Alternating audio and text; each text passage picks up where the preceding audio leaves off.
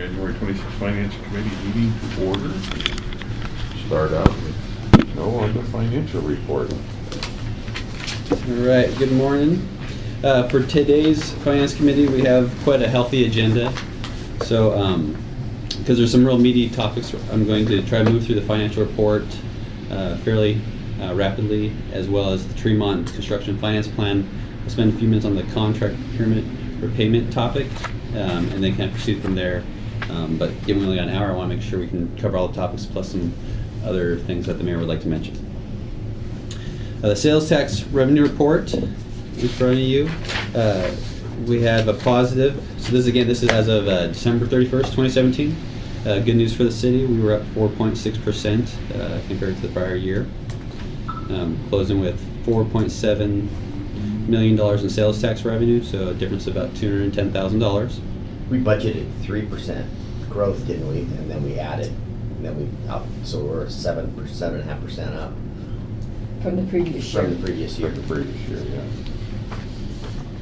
So that's good. Sales tax strong, economy strong, all good indicators, and that also continues through with REIT as well.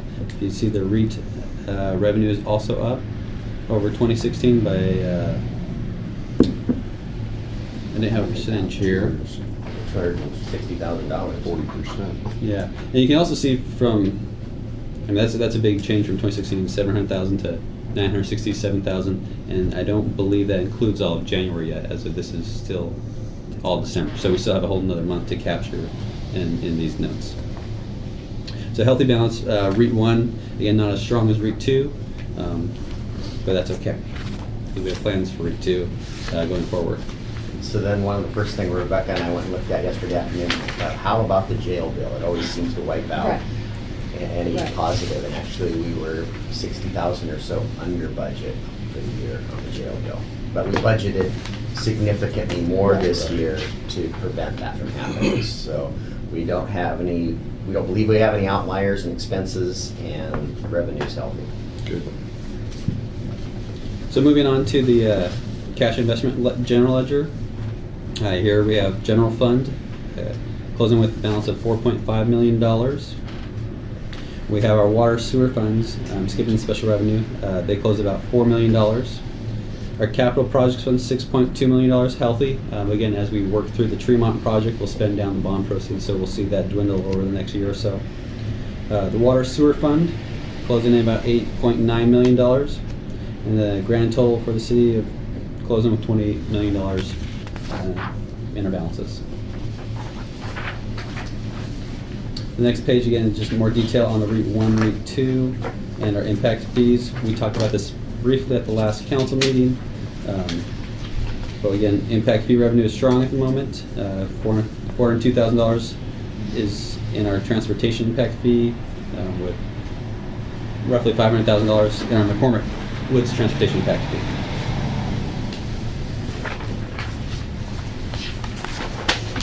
Moving on, we'll work through the Tremont spreadsheet. There you go. And I down the mark, please. Excuse me, Sean. Thank you.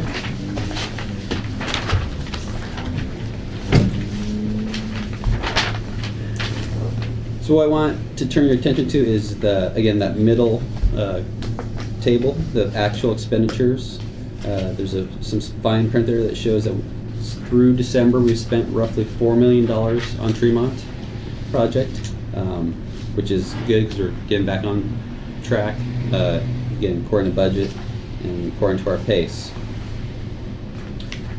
I'll just give you guys a moment to kind of look at the expenditures, see if there's anything you guys have questions on specifically. And since Mark walked in the door, it's perfect timing. So $4 million on a budget of 4.3, it looks like, so we close that gap. Yeah, and we had some November and December payments being made in December. That's why you see a large jump from November to December. Things are going as planned, and the next phase is jumping actually ahead sooner than anticipated, and it'll be painful for the traveling public because it involves detours. We're in the process of putting those plans together and making them public. just, you won't be able to travel through that at those intersections where we're building roundabouts. So it'll be Roland and May, and South Kitsap Boulevard is a detour route on one side, and Tremont Place, Hall High, Sherman Heights, the other one. You will be able to get to all the businesses like Tremont Medical, and you'll be able to get all the way up to Pottery, but you'll turn around, it'll be like a U-turn. local traffic only. Local traffic. But in general, at this point, we're implementing the phase 2 mid-February, and originally that was anticipated to be in May. How are you gonna get in and out of Kaiser? Kaiser's the Downtown. Kaiser's the big one, so we're gonna be reaching out, so there's gonna be an article this weekend. I talked to Chris Henry yesterday. So there'll be an article. Mark Warren of XL Tech, now that we finalized the plan, is setting up meetings with Kitsap Transit, school district, police, fire, waste management, the normal suspects. He's also started going door to door again with all the residents and all the businesses. And Kaiser, in particular, will probably have some handouts pre-made, and it'll be up really to train the receptionists. So as they call and say, hey, remember you got an appointment tomorrow, give yourself an extra half hour, and so where are you coming from? If you're coming from Bremerton or Gorse, you should take 166 and come up high in Hull. If you're coming from the south end, I think we may suggest that you really just come up Bethel and, All the way downtown? yeah, coming through downtown. So we'll we'll basically say if you're coming up from Pottery, you're gonna get off on Main, Roland, and Tremont Place, and if you want to do that, or if you're coming in, if you want to come in off of 16 at Tremont, you're gonna go Tremont, South Kitsap Boulevard, Pottery, So we'll have some different maps. How much additional pressure do you think that will put on Hall and Sherman and Melcher, those streets? We'll put some, I think Should we, I guess what my question is have we notified that neighborhood? I think that's what the article, the Kitsap sent, It's going to be important for us to have a police presence, because what's going Right. to result in is speeding. Right. People, oh, I didn't plan for this, I've Right. got to get to my appointment, and they're flying down these roads at 40 miles an hour instead of 25. Right. So So I if people did, go up the boulevard, they would be directed to turn left at the light then, and head towards Shedden. if they're When they get through that coming, intersection. if you come up Port Orchard Boulevard, you can take a left or a right. Okay. If you take a right, obviously there's gonna be some backups, towards Lund. So so when we first started the project, we had the first week, we had some backups, and then things settled out tremendously. I see something very similar. And again, I spoke specifically to this in the article, and we'll see what Chris captures, but there'll be a time in which people need to reestablish, even go kind of that concentric ring out further. Let's say people have been coming in from Tacoma that are getting to downtown. Let's say Nick, where he's been coming in and using Sedgwick. Well, Sedgwick may start getting more traffic, so he'll start getting off at Mullinax. And so what I basically told Chris to get the message out is, if you have the ability to make an alternate route, people will find those alternate routes. When I was trying to get to North Mason High School every day from Port Orchard for 3 years, I had no alternate routes. I had to go right down through Belfair. And it got to where it was, you would stop at the airport and it would be a 2-mile-an-hour crawl. It took me an hour and a half to get from here to the high school. We have alternates. People can take Berry Lake, lighter, so people that can take alternate routes, Sunny Slope, use those routes to help the people that don't have alternates. So we'll have probably a week or two, I think, of some frustration, working the bugs out, but I think eventually it'll settle out. And this will be almost to the end of the project. This will be a 6 to 9 month transition. So The intersection of Tremont and South Kitsap, they won't be able to get through there. yeah. So Tremont and Pottery, because of the fact that that's being cut down 2 feet, and there's some gas mains and water mains, there's a lot of work, and that one has to be completely closed for 9 months. South Kitsap, because we're elevating, we're gonna be able to build like half the roundabout, transfer traffic, the local traffic piece, and to get up to South Kitsap Boulevard, and then the other half. So South Kitsap Boulevard will be built kind of in the traditional roundabout method, where Pottery just has to be completely shut down.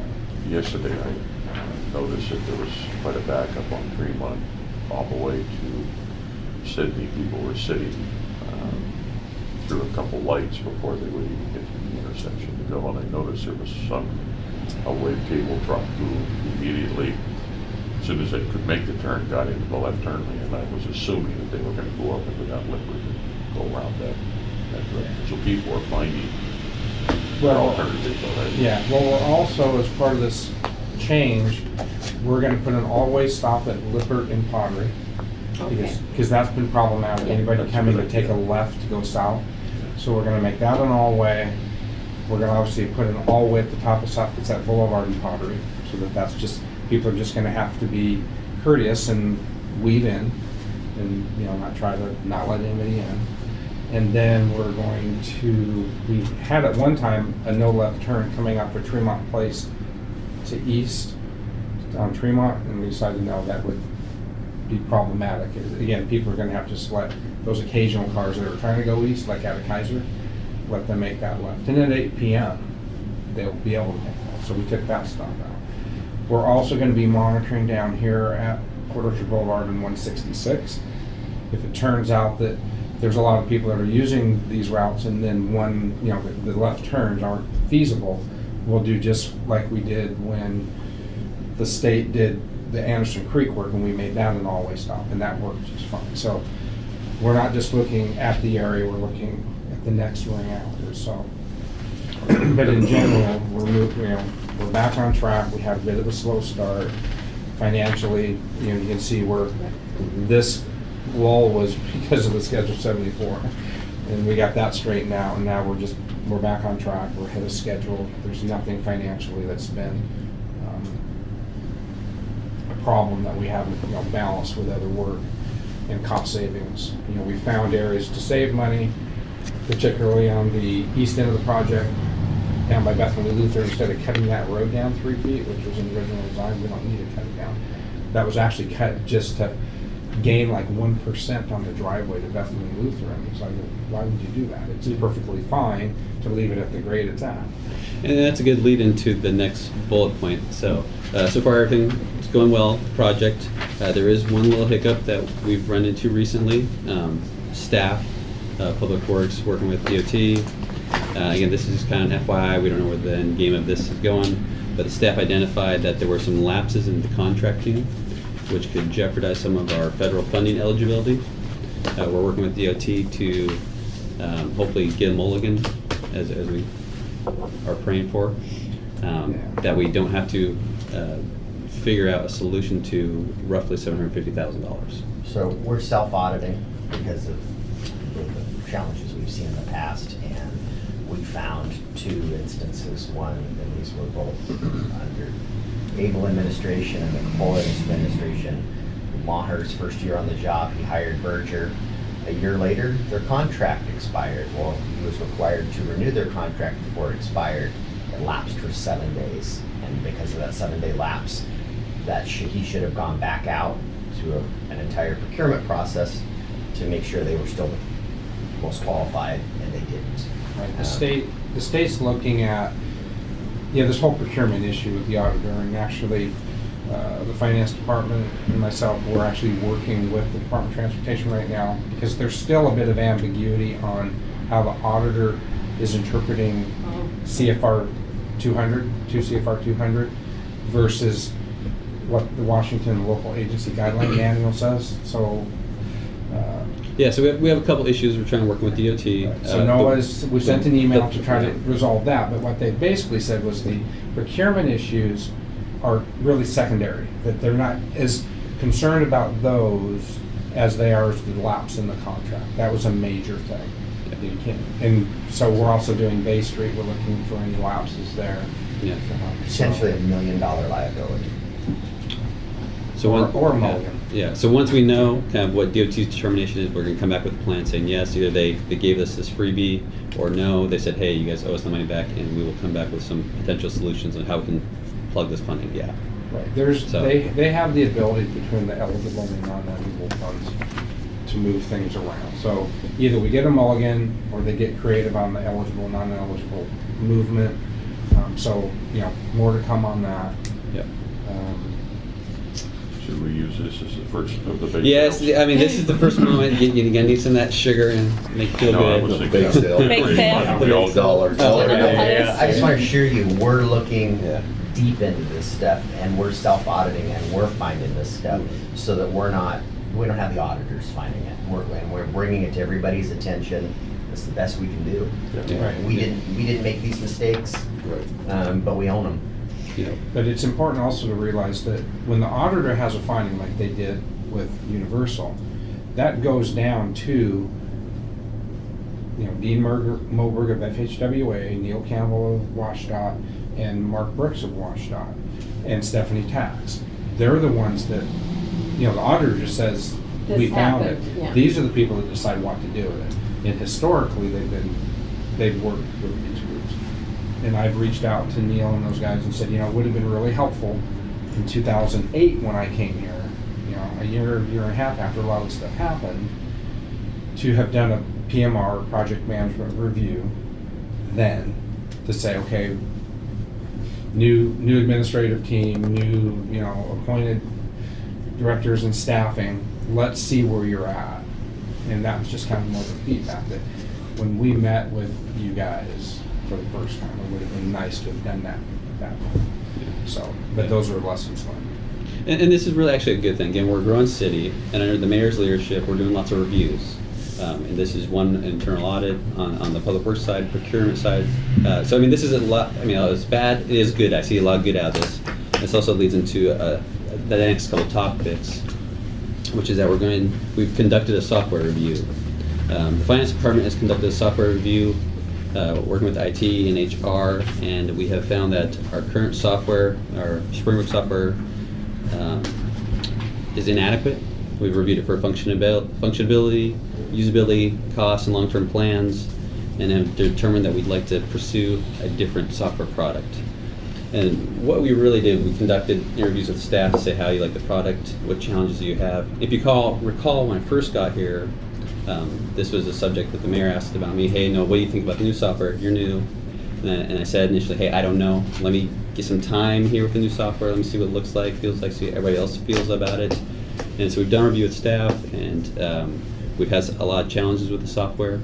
And if you recall, there is some good growth, again, that we've seen in the city. Is that when Alan Martin came here, we were on a far prehistoric system as far as how we were keeping track of stuff with paper and Excel, and he worked really hard with the council and the mayor to move to a single system of record, moving you to Springbrook. And at the time, the company was solid, a nice mom and pop shop that supported its product.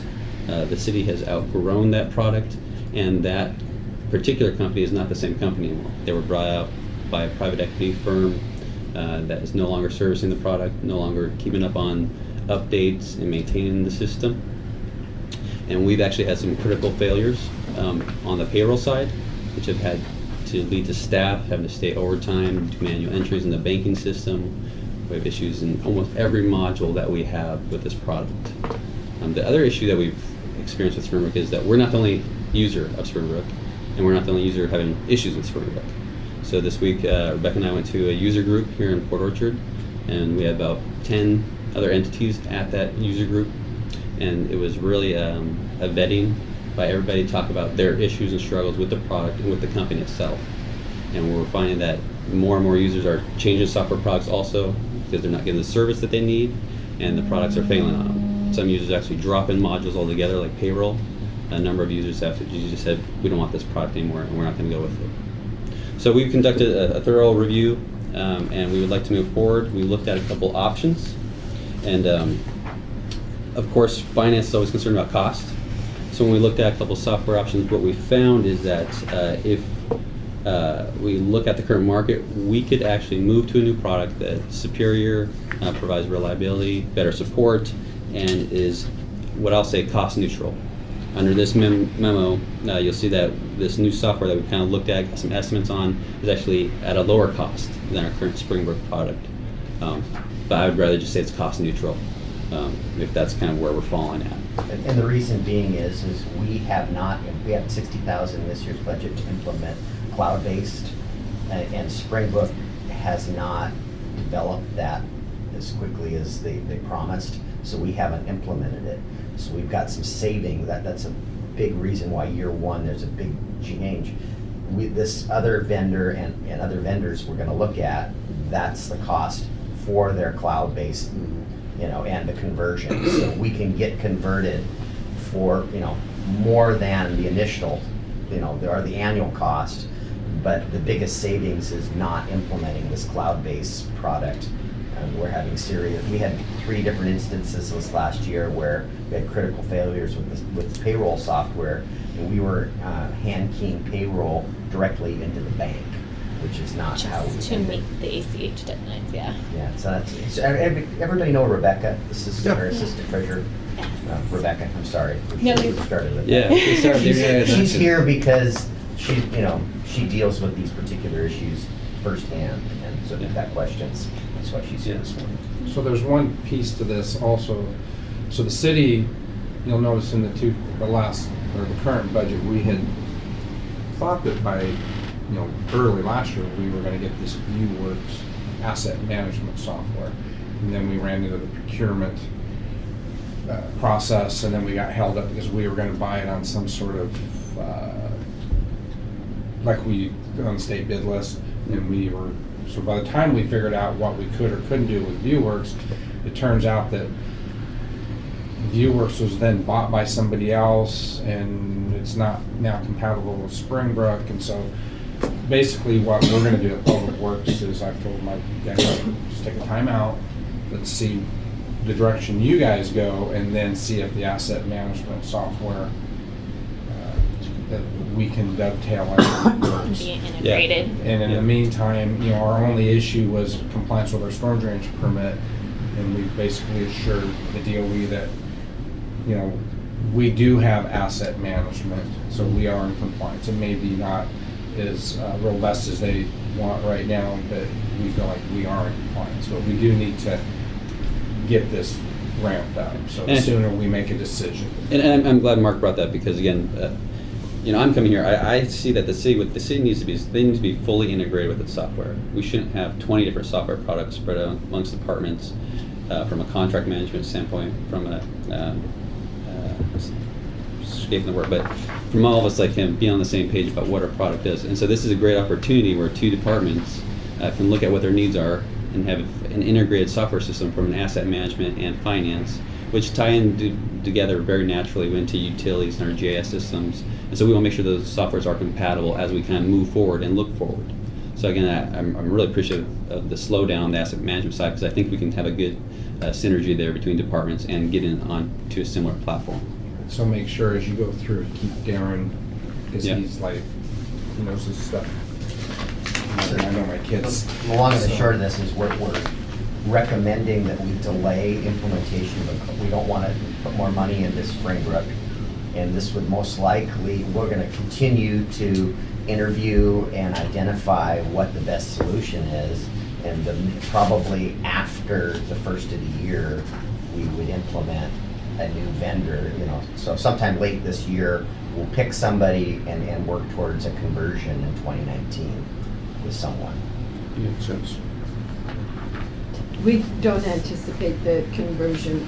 It's gonna take resources and it's gonna take time, but we don't think that it will be disruptive to. No, I mean, again, this is the first step, kind of work with mayor, hey, identifying the problem, identifying what we kind of do, path forward, kind of get the nod from finance community and council, yes, we would support this, go forward, and then we'll start working with, kind of scouring the marketplace, looking at different products, make sure that we're getting what we want, and then setting up a plan, and an implementation plan that it isn't disruptive, and that you want to actually have a shadow period where you're kind of running the 2 systems so that everything's worked out, everything's feeling comfortable. But again, the big risk with our current system is that we don't have a good backup plan right now. If it goes down, we're down. We So- also want to make sure that it runs on the current hardware we've been purchasing.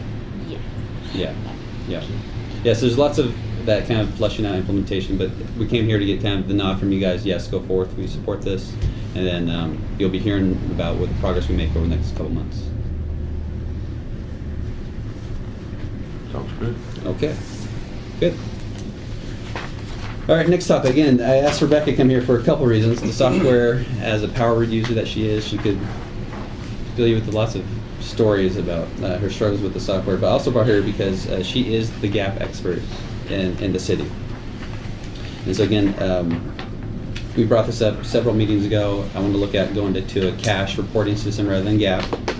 And I said bring back some material. For today's conversation, I'm going to have you guys just kind of go home because we still have a lot of topics to cover, not a lot of time.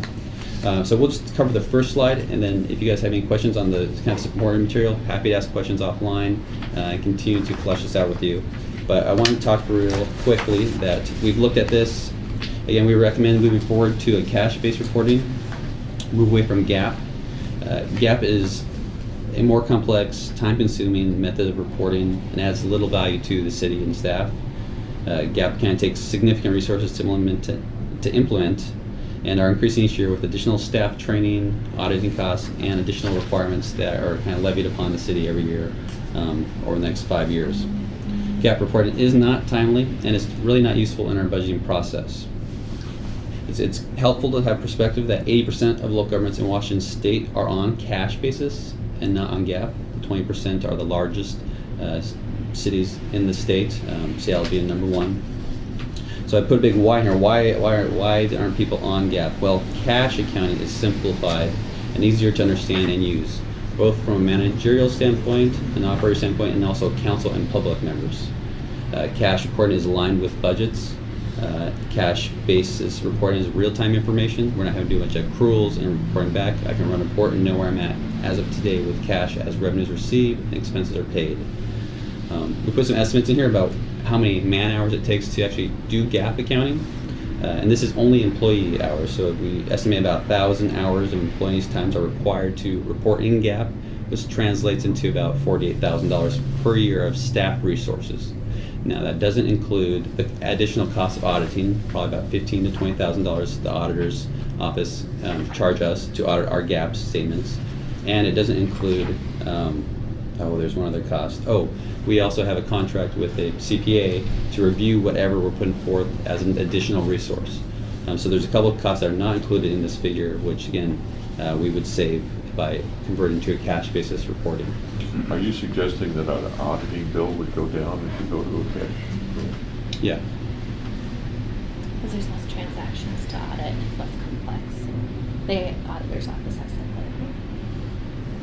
You know, It's a shorter in the private sector, you know, Beck and I, Sean, you may utilize it too. You know, accrual accounting is you get your receivables and your receivables aging, which is a good management tool in the private sector. It's not relevant here. The only receivables we have are court fines, which we write 90% of them off anyway because they just get sent to collection.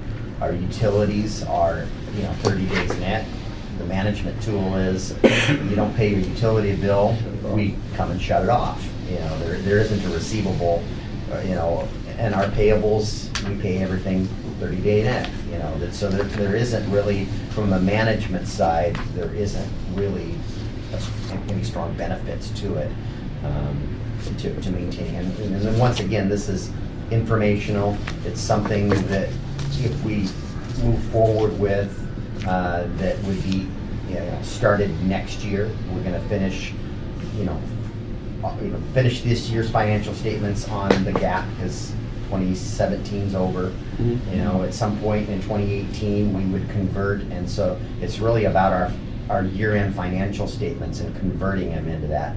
The GAP statements is what we're doing. And then when we're providing reports and information to you guys, Rebecca's behind the scenes taking our cash statements and converting them into GAP statements for everybody to look at. And it's just going to take that step out of everything we do. Yeah.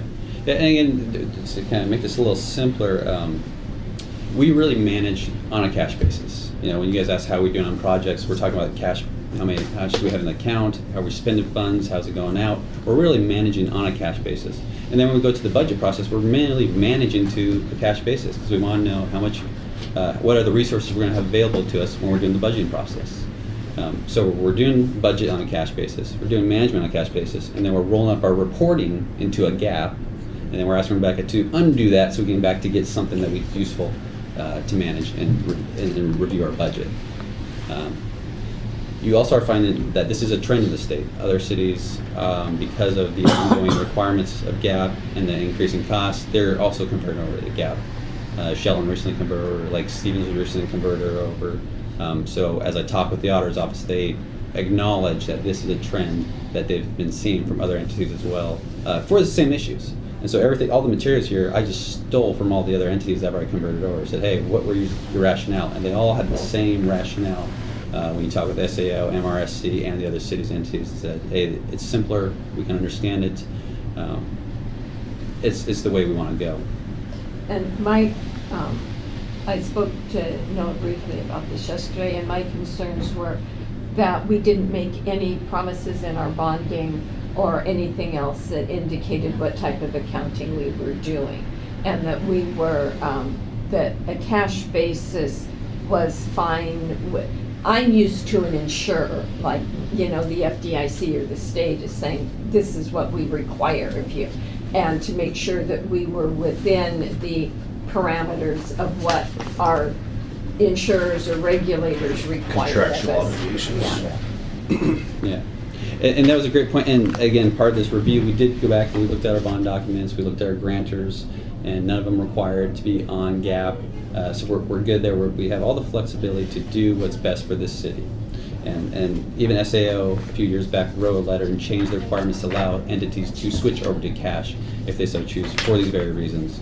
And so that was a good point when we talked back yesterday, because again, I wanted to read this that SAO put out, that the BARS manual is designed to provide adequate accountability, oversight, control, achieved under GAP or cash. So SAO has acknowledged that under Washington State RCWs, the BARS manual already does that for us. So I know that was a concern for you, that we are, good stewards of public funds, and we will always continue to be good stewards of public funds. This allows us to have better information from a managerial standpoint and talking with the council, kind of where we're really going and not having to do all these gyrations.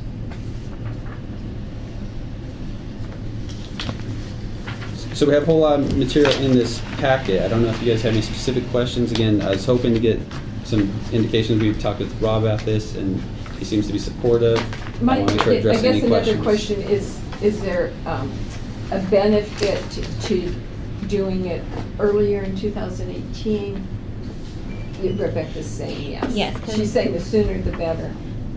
Yeah, we would want to make it effective for 2018, so the farther we get into 18, it's more backpedaling that has to be done to get it back to the cash basis.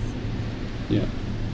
Is it a work study session, February or March? And then if everybody's heads are nodding, maybe we, in April, if you guys are ready. Well, Yeah. to get to that point though, why don't we do it in February, That's roll what I in was gonna March? say, I mean, that's just what- every month that goes by, it's more unwinding. Yeah. And again, I'm Alright. used to working on a quarterly basis, and if you go over a March quarter end, I think you. Start another quarter. Yes, sir. Yeah. I agree. Okay. And again, with both Get it these done the first quarter? big decisions on the software and GAP, I want to make sure that we're taking our time with this. We're not rushing to this. There is a transition period both on the software implementation. It takes probably a year. We're going to nod. We're going to start doing our diligence and go through this process. And it'll take time, approximately a year, to get through that software review. The GAP as well. We're not going to implement this until 2019 for 2018 reporting. We're going to continue to report in 2017 on GAP and transition in a methodical, thoughtful manner for 2018, 2019. So we'll bring it back in February, and I'll have Rebecca come and join us because she is the GAP expert. Maybe I'll. Thank you. So. Okay, moving on. Union negotiations update. Don't got much to update down there. We're still working with the Teamsters. We have made our offer. They countered, and then we recountered again. And that's kind of where we're at the moment. We're waiting to hear back whether they accept our offer. We're hoping to hear any time. And as soon as they do, we will come back to you guys immediately. But the counter is well within the kind of parameters you guys gave us, Tunash gave with him, and I'm very hopeful that they will accept and we can move on. And then the next step regarding the whole insurance should be then talking about what the council would like to do with the non-union reps. You want to share our current offer or not, or because of the, yeah, okay, I'd be happy to. yeah. Sure. So moving on, next thing we're going to talk about is the Marina Pump Station. So we have the sewer comp plan we've been talking about for the last couple months. We've had a grant loan application in with the state. We've recently received... For the Marina Pump Station. For the Marina Pump Station. And yeah, grab my notes here. We've recently received word back from them that they proposed, and again, this is a proposed offer that was clear in the email that we got back from the state, that this is a proposed offer of formal funding. The final offer will be offered in June. So currently it's a proposal, they have to get through the legislature and they have to confirm everything. But all indications are that we were highly ranked, and this is likely to move to a final offer, which would provide a loan amount of about $4.1 million for the city to finance the cost of the Marina Pump Station. The work we're going to be doing over the next few months is working with Public Works to identify what that total cost is, and if there's a gap, how we're going to then proceed forward to address the funding gap from the loan and what other resources we have available. We're also going to look at the sewer capital funding plan comprehensively. So we're not going to just look at the Marina Pump Station, we're going to look at the other pump stations, and again, identifying how we would go forth in funding those in a comprehensive plan. To look at it in its entirety, especially as it relates to the... Yeah. And all of it, as we know, flows to there. Yeah. So, yeah, I know. We've identified from a work plan standpoint, we need to get on McCormick Woods 1 this year, design the Marina Lift Station if we're successful in this funding this year, go to construction next year, and then 2020 go back out to McCormick Woods and construct that other lift station. So we just got to make sure that $4.1 million in a loan is enough from a cash flow standpoint to get us, all of those pieces built. And we know in this construction environment, things aren't costing less, they're costing more.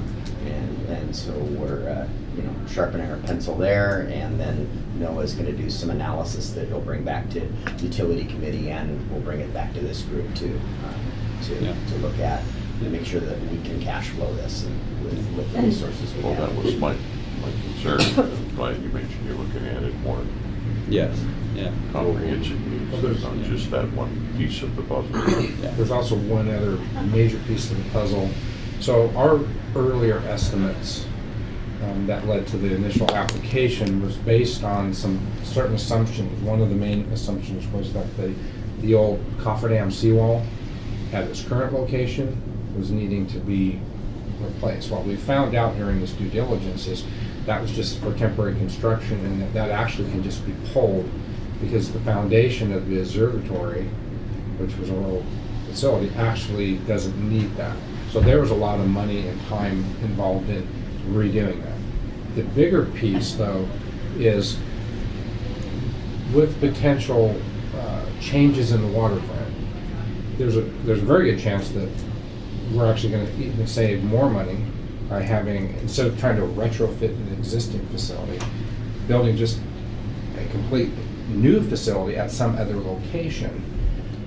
Within Within the general 50 to 100 parameters. feet of that. I mean, we've got all this plumbing that goes Right, to it, but but it was versus Sewer problem, yes. But it's less expensive. I guess my point, Noah is saying that we have to try to figure out, is 4.1 million enough? My general statement is, we're kind of on the critical path with these other things that are in the air, ultimately trying to say, no, we're going to put it here, and it's going to be a new facility here rather than retrofit, because we will save money if we build a brand new facility in the proximity.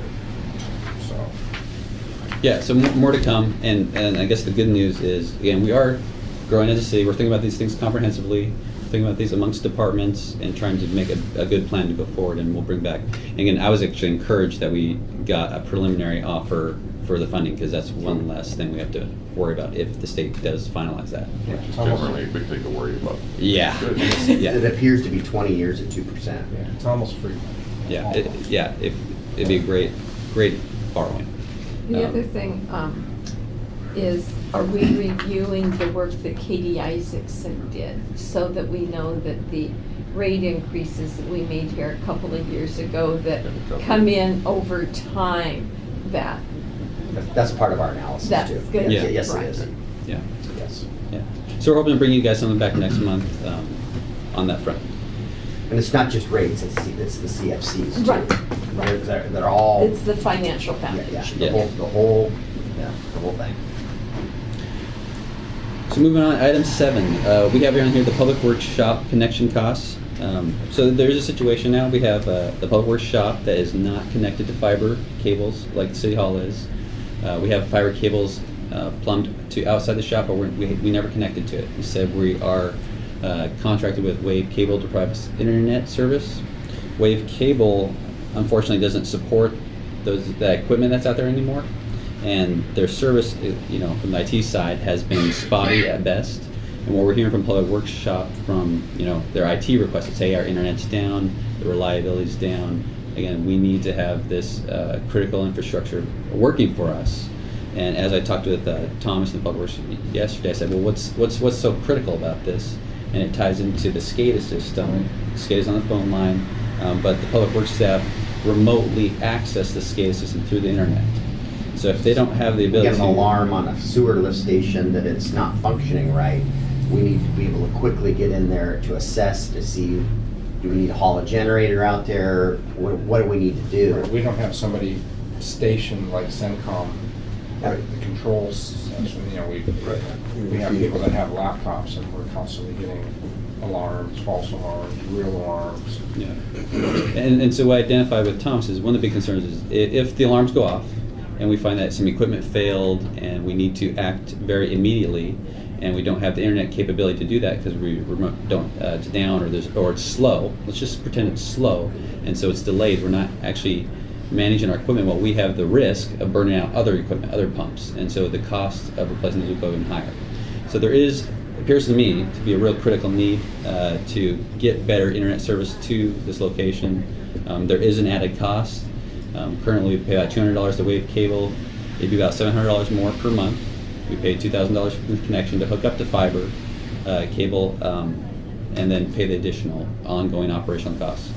But again, as we identify the risks and the critical need, I think with the support of Public Works and the mayor and finance and IT, we all agree that this is something that we need and should do. The Is Wave fibers- the only one that can do this? Or? I think so. I mean, I know right now the Our two equipment choices is all are there. fiber or Wave, and Wave's got this piece. This equipment is outdated and not supported anymore. It's a one-off that they did for us because we're much more than a residential. They're really set up for a residential feed or a small business. Who's your provider of the fiber? KPUD. So when KPUD, remember John, we did that ran up Cook Road or whatever, and it's been sitting there right outside the building for 7 years, I think, and it's always just been too cost prohibitive in the past, based on our previous IT. To connect management. or To connect. and- $2,000 to connect, and then it costs more than the two. That's why I the ongoing asked, cost. is there other providers other than Wave? If it's a KPUD, why not? Wave's the only game in town? Yeah. No, they're not. No, they're not. Not on necessarily internet providing over fiber. Steve Rice is Yeah. a provider. That- We buy access to the fiber for a system that we have that runs from Kingston to our office in Bremerton. I thought you meant non-fiber. No. Use the KPUD fiber backbone, but KPUD can't retail it essentially to us. There's somebody You have in to get town some who other- retails. Yeah. Yeah, so that's what we're doing, and so the controls for the fiber are $2,000 to take the fiber and make it work. From Wave. No, Okay. no, from a Okay, fiber from provider. somebody that's. And then we've gotten quotes Correct. on utilizing the fiber Right. from a retailer. Right, so Yes. like And the it's, fiber and is the 2,000. difference in Right. cost from the low quote we've got to what Wave's providing, which is inferior, Right. is a $700 delta, which will primarily be paid from utility funds, because it's to manage our utilities. As long as you're looking at who's the provider to make sure that. Yeah, Wave we're will not be out of just the picture. blindly walking into somebody like Wave, because there are many others out Yes. there. And once they have access to that fiber, you can We can change contract with retailers. somebody in yeah. California to provide you the service. So. It'll be water sewer. The building's owned by sewer, but it's operating water sewer, so I'm assuming we can split that 50/50. Yeah. So to address your concern, John, we will continue to do our diligence, and we'll follow up with a memo or an email to the finance committee saying, hey, we've checked out the other providers, here's our list of options. And again, we think the quote we have right now is the best option, but it's fair to go back and look at it. And the other thing I would say, just as a side, not necessarily directly related to connecting fiber, but the whole access issue, your vulnerability to hacks and stuff. Yeah. Make sure your security is set up pretty tight, because that's what the whole world is worried about. Right. Yeah. Yeah, North we're gonna Korea take- coming in here and turning off our water system. Yeah. Where I think what we're gonna do is just like we've done over here at Public Works, is our pipe is to the county, and it's got, that's why this equipment is so expensive, is we have some very tight control requirements for that. Good, good. So it sounds like you're supportive of us going forward, and we're Yeah. going to follow up with some due diligence to make sure that we've just kind of scoured I am. everything and crossed some Ts. Yeah, and that it's reasonable within the water sewer budget. Well, there's so that they much can other afford it. benefit too, that's not Yeah. only the SCADA system, but just communication between here and there. Yes, Yeah, I it'll be think, yeah. outside of Tolman Water Sewer. Yeah, I think if you think, hey, if we burned out a pump, what's the cost for that? Well, the cost of that's going to far exceed 5 years of operation. $33,000. So, you know, Right. the risk You just have reward to here. know that, right? Yeah. Weird. Wow. Is that their experience? Stop burning out Since I've pumps. been here, we've purchased Too many of them. we've had 4 pumps between McCormick Pump Station 1 and 2 in the last 10 years. Yeah. And they're all about 33,000 each. But it's 18,000 just to rehab the ones that can be rehabbed. So what you're saying, if we go forward with fiber, we can eliminate those replacements? Well, hopefully. But, well, the bigger picture is actually bringing those pumps and controls up to current standards. So the next subject, number 8, Public Works projects. I'm going to turn this back over to the mayor. So I shared this at the council meeting, and I'm not gonna go through these one at a time, but what I'm here to communicate is Mark's and his staff is barely keeping their nose above water. And if I go through this list, and that's today with all the projects here, and we've been really trying to hold back on adding more to them, but what we're learning is we can't. We just have some critical things that we've either been the recipients of money from the state, and what I would say in talking to our lobbyist, if you look at what everybody else got this last capital budget, our list is pretty light. You add Tremont to it, and we were the big victor, but we could have gotten more. We couldn't handle anymore. And so I want to make sure we're getting all the free money that we can get, but we got to be able to manage it. So if I go through this list, about halfway down the page, here's the things that we're going to be moving forward with in the next 6 months. I mean, we've got a proposal on 640 Bay Street. There's infrastructure, critical infrastructure we're going to have to plan for and design internally. We got the money for the pocket park at Rockwell. We're going to need to move forward on that. We're opening the bids on Well 9 here in February and going to construction. They Well went out- They 13. went out to bid today, so did the Marina Park. Or Okay, McCormick Okay, Park. sorry, I missed one up there at the top. McCormick Village Park is going out to bid. We got the Well 13 was freed up. We're gonna get that going again. We gotta rehire VHC. Yeah, do that. we got the Marina Pump Station, we know we gotta get to this year, McCormick Village Pump Station, and we need to start a design on the Marina Pump Station. And I think, that's 1, 2, 3, 4, 5, 6, 7 more projects. And we Did you just, say Bay Street? Yeah. Segment 3? That's going out. oh, I missed that one That'll be too. in So March. 8 more projects that we've gotta manage. So I hear, the budget numbers came in good. I believe we need to hire Mark an engineering tech, like a college kid, that to process. I gotta get, Mike's doing a fabulous job, and if we hadn't made a change in our assistant city engineer position, we'd be in real trouble on Tremont. He is doing a bang-up job on Tremont, and I'm confident he can be out in the field managing these construction projects. We'll also permit, we got a huge Yeah, and increase so he- obviously in commercial and residential, and So they've what- completely rewritten that. So he's also managing all of the review of all of the projects from the, the residential and commercial projects that are coming in. So that's the piece we've got to free Mike up from, so that we've got somebody this college kid that's gonna review these plans, bring them to Mike and Mark and say, here's the checklist, and these guys are putting their stamp on it. So, it'll primarily be funded out of, our enterprise funds, I think, a good share of it. And I know and I believe that, there'll be impact to the general fund, but not 100%. It's probably 40% or less. I would say even probably less than that. And I think we'll have the opportunity to charge more of Mike's time to these projects. And so I don't believe we'll have a significant impact to the general fund. And I don't see any other way to get all this work done other than to give Mark a little bit more in the way of help. And this person also, so another big change that happened, years, even just up until last year, the shop used to go out and manage construction sites, and not very well. I just come out and say I was gonna add that comment. So since we implemented Darren Prezada, our GIS and inspector, he's our inspector. And so he keeps up on the paperwork, he keeps up on the contractors. So he's in the field a lot, plus doing the GIS work.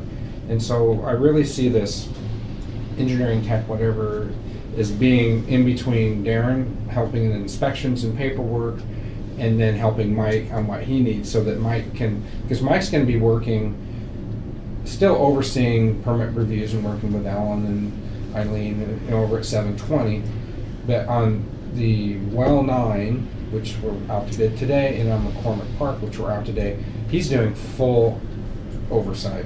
On Tremont and Bay Street and Well 13, he's doing, we have CACM through a consultant, but because they're federal dollars, we're doing just like on Tremont. We still have our oversight that, Mike and I kind of work together on Tremont currently. We'll have to do the same on Bay Street, and then we're gonna have Well 9 on top of it. So yeah, this is really if I really look at the critical path in public works, the good news is we have space. In the past, we wouldn't even have a place to put this person. We actually have a space ready to go, one of 3 actually. This is really where If you go to the back page, there's really probably long-term 3 needs. One, he's got his front counter staff is a 20-hour employee. I think in the next budget, we're gonna need to make that full-time. We just gotta have somebody at the counter all the time and not have the bell ring and our engineers running up to hand out the spill kit. Well, more importantly though, there's also the piece that since we made Cindy the procurement officer, she's getting behind on her work. So I've asked her to take a look at her duties and the front desk duties, and if that were full-time, what things can she shift over so that she gives herself more time on contract? She's spending almost 107% of her time on contract. That's just the reality. But it's short, and then long-term, I think we need a parks and facilities manager. Unfortunately, that's primarily general fund dollars. It's before we start any improvements on this building, we need somebody that has some facilities management skills. That's farther down the road, I think. I want to get to City Hall. There just isn't time. There just simply isn't time. And it's more than City Hall. Public Works has always done facilities. But we do it quite honestly, it's just Well, it's triage. It's triage. It's just secondary. It's just triage. Whether it's the HVAC system at the library, or issues with the active club, or issues here at City Hall, it's always just triage. We never have any prioritization on it. And the other piece to this parks and facilities, by the time we get this run, we're gonna have McCormick, Bay Street with segment 3, we got DeKalb Pier, we've added a lot to parks. And so really having somebody that's this is their job to manage both parks and facilities, to make it their priority, whether it's trying to get grants, scheduling work, contracting. It's just needed. It can no longer be just an appendage to the public. Well, right now, we're talking just.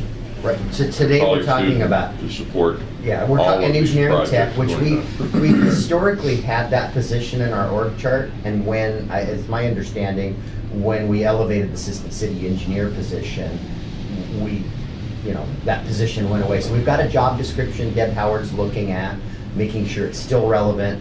Mark, we're looking at, what the wage should be, and No, then. this is not an intern like, No. what was his name? Scott? Scott, that was the planning department, yeah. Right. But no, it's a step above that. It's probably. It's like an EIT. Somebody that's right out of college, they've got their engineering training, they're on the PE, They're probably working towards that, and this is probably gonna be a bit of a revolving door, but that, we're training somebody. We can't have, I guess we can't afford to have rock stars at every position. We're gonna have to train, we'll have some young person that's gonna work here a few years, get their engineering degree, and they're probably gonna go off and be the assistant somewhere else, and then we're gonna hire. Why would we try to create something that's just gonna be a learning platform? Well, I don't know if it's. Maybe they'll stick around, but. There are a lot of, if you look at Paulsville or Bremerton or Gig Harbor, they've had long-term engineering tech for years. Well, I can appreciate that people have aspirations for bigger and better, and the responsibilities of this position, there might be your position that they're striving for long-term, but to create something with the expectations, we're just gonna be a training. Yeah, no, I don't think, I guess I don't. We won't know. Well, my only other comment that I would make on this thing is that, it's way too often easy to just throw money at a problem, and this is, in my opinion, throwing money at it, but I've worked with you long enough to know that you're not quick at throwing money at a problem, so, this is, I guess, a compliment to you. You're the one that's in control of the staff. If you believe that it's necessary, I'm supportive. I think Rob knows that I'm like really frugal. Well, My I wife know says he that I is can- as well, so if he's recommending it and you're suggesting it, that's twice. I just can't, I'm You know, just if I'm recognizing subjected we to can't it. add any more to what they're doing, and we have to add more. Well, That's and the right now problem. is, we have a great opportunity, as you suggest, to get more. Mm-hmm. So it would be nice if we would be set up to be able to do more, because doing more means improvements in the entire city. Well, yeah, and I'm worried about, 'cause, again, if you look at this long list, it's long. I've said that since I got here, that we are doing a lot here. Yeah. And this is $30 million worth of projects. So I'm worried not about doing more, but doing these really well. Yeah. Yeah. And from the finance side, I worry about, okay, does Mark have the staff and capability to do these really well? And if he's saying he needs it in Rock to Green, I want to be very supportive of that, because this is $30 million worth of projects that we need to get right. The other thing that I just want to comment on what John said. I would prefer to have the pay or the benefits to this employee such that it may not be a revolving door. I agree. Okay. Totally We'll be agree. mindful of that. I think it's important to understand too that, and I mentioned it at one of the council meetings where I was recognizing kind of the leadership, we had a really good Yes, leadership meeting. right. Things have changed. The shop now is performance-based. We have identified leads. They're no longer driving around going to construction sites. So there's a higher efficiency of what's happening in the shop. But there's a bigger picture that I've been working on, which is ultimately, and Larry was a good friend of mine, he was a mentor. But when Larry was here, he was literally the de facto city manager. He had everything that was feeding through him. The whole world was considerably We different were a back city then. of Right. 5,000 people. Exactly. Yeah. But today, even to have a public works director, city engineer, ultimately, and I've been working with Rob on this, we're trying to get to the point where the public works director is the public works director. Then you have a leadership team that the public works director is managing and mentoring and leading, but you'll have somebody that's parks and facilities, utilities, water, sewer, and storm, engineering, as the city engineer, and then the administrative piece. And that's ultimately, by adding this component, we're moving into that direction of ultimately. Well, we're growing up. We're growing. And I've talked, Yeah. and I've talked. And Mark, I don't want to cut you off, just, I want to keep everybody on track on time management here. So I know we're going to hear more about kind of the vision during the budget cycle as well. So Mark will be coming Well, back. that's So- the one thing I would add, excuse me for interrupting you. You talk about all these future needs. I would suggest earlier than later, at the very, very, very beginning, to lay out your vision of staffing needs for the next 5 years, 10 years, whatever, so that it's not gee, we all of a sudden need something. If we can, the council can see that there's a need coming, but just a forewarning. One of the things I've been, Yeah. what I've been talking to our new judge, I know we're gonna make some changes up there, and it's not with people, it's technology and things, and I said, I've shared with him, and he agrees, he's going off to Judicial College next week. I said, in April or May, I'd like you to come to a finance committee meeting, and start talking about how you're gonna change our court and improve our court. We wanna hear from you more than once a year at the budget meeting, and so that there needs to be more of that communication. The other thing we gotta be mindful of too, a lot of this is being, from what we've done over in DCD to this engineering tech position, this is ramping up because the economy's screaming. Well, that's why I say that we And have we've gotta, opportunities. it's uncomfortable, but we've gotta be able to turn the faucet down too, because employees are expensive when the next downturn comes. That's reality in the world. I'm facing that at Transit. We are about to change what our definition is that will give us access to more federal funds. The only problem is that more federal funds means more local dollars to match the funds, which we right now don't have, and staffing to deal with.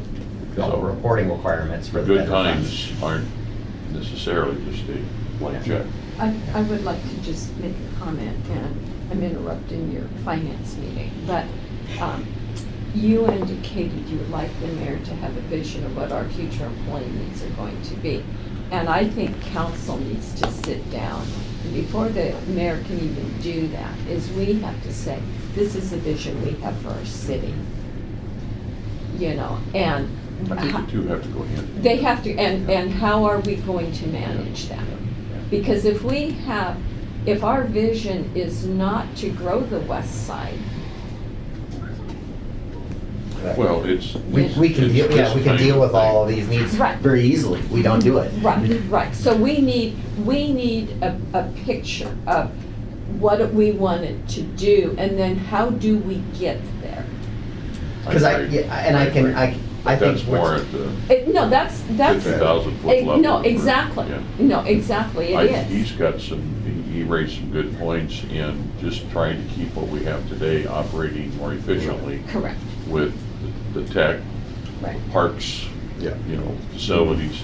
Those are needs today, but Right. not. Versus the we're gonna- 5-year, 10-year plan. Yeah, exactly. Well, and the other, just quickly, I know,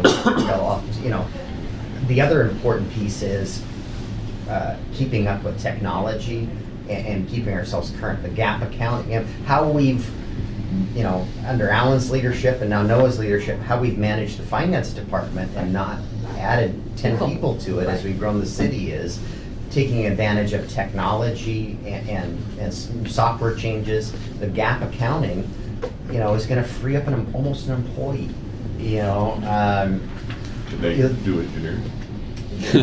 No, but She they might be probably able to could, help yes. They might be able to help with procurement, though. So I know you guys are rushing. Two follow-up things. Future committee meeting dates. We haven't really set a recurring date, so I wanted to get a poll. Maybe I'll follow up with an email, find out what This you'd committee like to do. tends to just pick the next date when they're here. as opposed to recurring. Recurring. I'm happy to handle it Utilities however is you recurring. would like to handle it. I'm just throwing out there, do you want to have a recurring meeting date, or you want to set these as we go?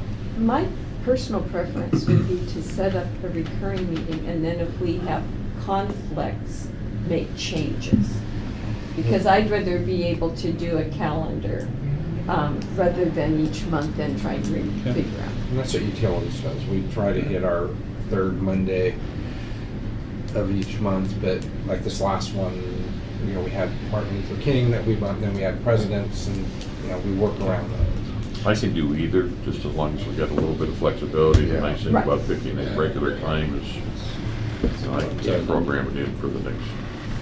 So we could set it as easy as, you know, the second council meeting, do the 5 o'clock meeting before the second council meeting, something easy like that. It's been problematic for John. Is that the Yeah, one that's a Yeah. challenge for me. Okay. No, it's like, Well then, okay, interest time, I'll send out some emails, we'll continue this dialogue next My time. problem is that I come from Bremerton through Gorst. Okay, And if I don't leave my office at 3:45, I don't leave my office until 5 because there's no use to leaving in between. It's Yeah. a really neat foot ferry I that was runs just back and forth. gonna tell I you that. would love to be able to do that more often, but unfortunately, my standard excuse is I do need my automobile with me because I never know where the hell I'm going during the day, so. okay. Well, And anyways, this meeting- 7:30 is, the morning meeting time. 7:30 works really well for me because I generally don't get to the office until 8 or 8:30, so. Okay. All right, so one other thing I want to mention, I won't get to the other two, but, so I guess you guys have experienced this in the past, but with the raise of the minimum wage, the council's monthly salaries no longer qualify council members for PERS service credits. Now currently, Rebecca went and confirmed that this doesn't impact any of the current council members. And I guess you guys have addressed this in the past by raising the council monthly salary amount. But we can't do this till the next election cycle.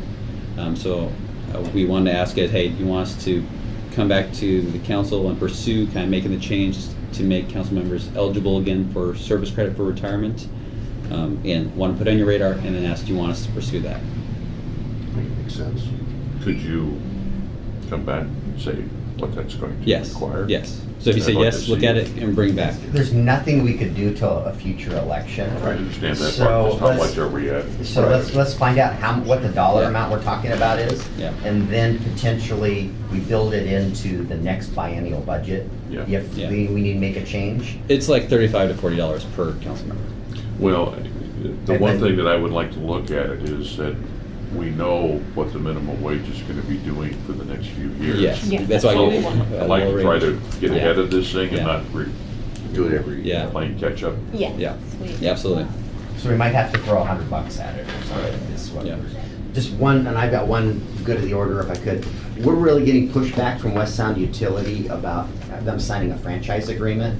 We're requiring it of all the other utilities, and their pushback is, we're your partner, we shouldn't have to do that. Well, they're our partner in the sewer plant, they're not our partner as it pertains to our streets. And so I'm gonna go reach out to Jerry Lumberg and go have a cup of coffee with him and try to, air this issue. But here's some examples of the things. West Sound Utility goes out and, they can make a cut in our street. We want to have them to be required to do a bond, just like every other utility, and so that when the street fails where they've cut it, that we have a tool to go fix the street, and our citizens aren't having to pay for that street repair.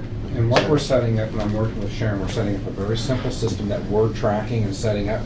The contractor, either doing private work or doing the work for any of these utilities, they do a performance bond. When they do the work done, we've accepted it, the performance bond goes away, and then they put a 2-year maintenance, which is only 20%. And so what we did the first one with Wave already, is they just put a $50,000 surety somewhere, and we track, they have maybe 6 2-year bonds, and then performances come on and off. It's a very simple system. They just put money in an account or a surety. We track when we issue a new right, because this has to do with right-of-way permits. You get a new right-of-way permit, we verify that you still have a balance, a fund balance. And we're tracking all I that. think Makes sense. that's your, 11th. the only Yeah. thing, can we Yeah. pick the next Sure. meeting? Yeah. Um, Long and the short of it, I just want 22nd to or say that West 23rd Sound's not special. Morning, either of those, Treat them the same as everybody else. Could you say those dates again? 22nd or the 23rd. 22nd is a Thursday, the 23rd is a Friday. Today- Friday works better for me Okay. that Yeah. month. 23rd work for you, Beth? 2/23. Yeah.